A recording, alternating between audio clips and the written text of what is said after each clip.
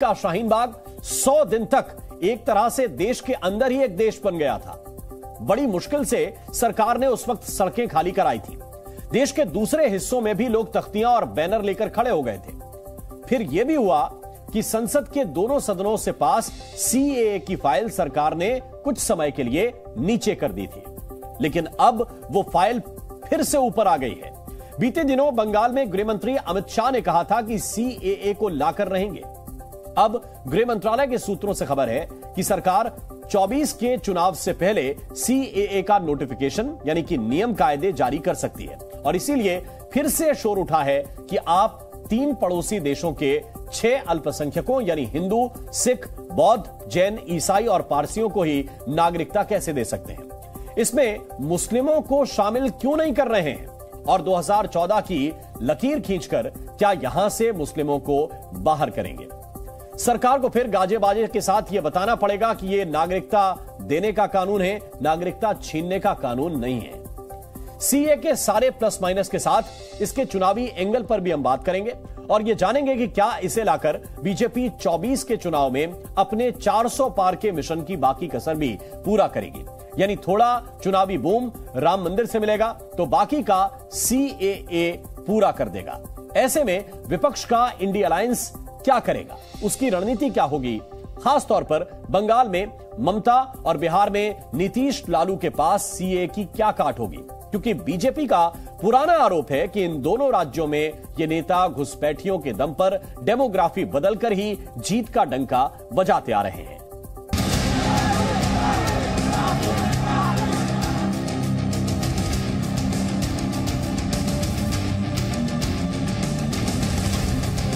जिस राज्य में इतनी घुसपैठ होती हो वहां कभी विकास हो सकता है क्या? जोर से बोलो, हो सकता है। और इसीलिए ममता बनर्जी सीएए का विरोध कर रही है।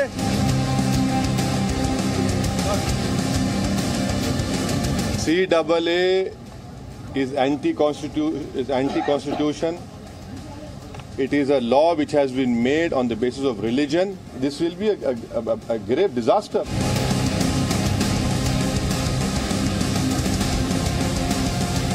ममता दीदी, सीएए देश का कानून है, इसको कोई रोक नहीं सकता और हम सीएए को लागू कर रहे हैं।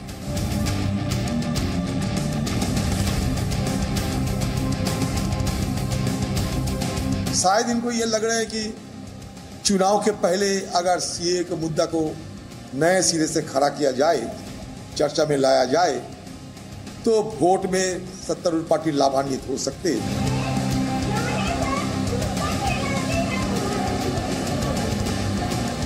जो वहां से आए हैं वो सभी हिंदू भाइयों बहनों का इस देश पर इतना ही अधिकार है जितना मेरा और आपका अधिकार है।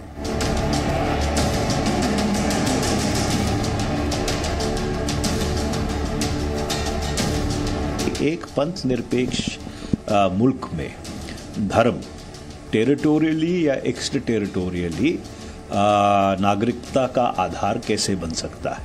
इस मामले में तो आप लोग सब लोग को पता है कि हमारे पार्टी का क्या स्टैंड रहा। सीए एनआरसी तो हिंदू मुसलमान का हो ही गया।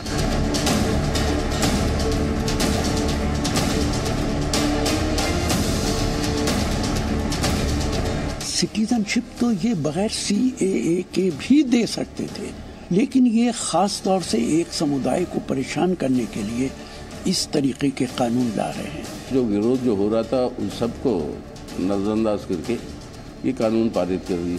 अब इतने साल क्यों लग रहे हैं उनको रूल्स नोटिफाई करने में? अब इसको जाहिर है कि उसको चुनावी मुद्दे के रूप में इस्तेमाल करना चाहते हैं। ये देश का कानून है। और इसी पर चर्चा करने के लिए कुछ खास मेहमान इस वक्त हमारे साथ जुड़े हुए हैं। हमारे साथ इस वक्त के शर्मा हैं, प्रवक्ता हैं भारतीय जनता पार्टी के। हमारे साथ विवेक श्रीवास्तव हैं, लेफ्ट के नेता है। बहुत बहुत स्वागत आप दोनों का। ये के वाजपेयी और अतीकुर रहमान भी इस वक्त हमें ज्वाइन कर रहे हैं। बहुत बहुत स्वागत आप दोनों का भी। सबसे पहले के शर्मा जी, विपक्ष के नेता आपसे पूछ रहे हैं कि 5 साल आपने इसको होल्ड कर दिया और अब फिर से एक बार सुगबुगाहट है। अमित शाह बंगाल गए तो उन्होंने भी कहा कि यह लागू होगा। इसको लेकर आ रहे हैं। क्या ये चुनावी शिगुफा है या फिर वाकई लागू करने जा रहे हैं?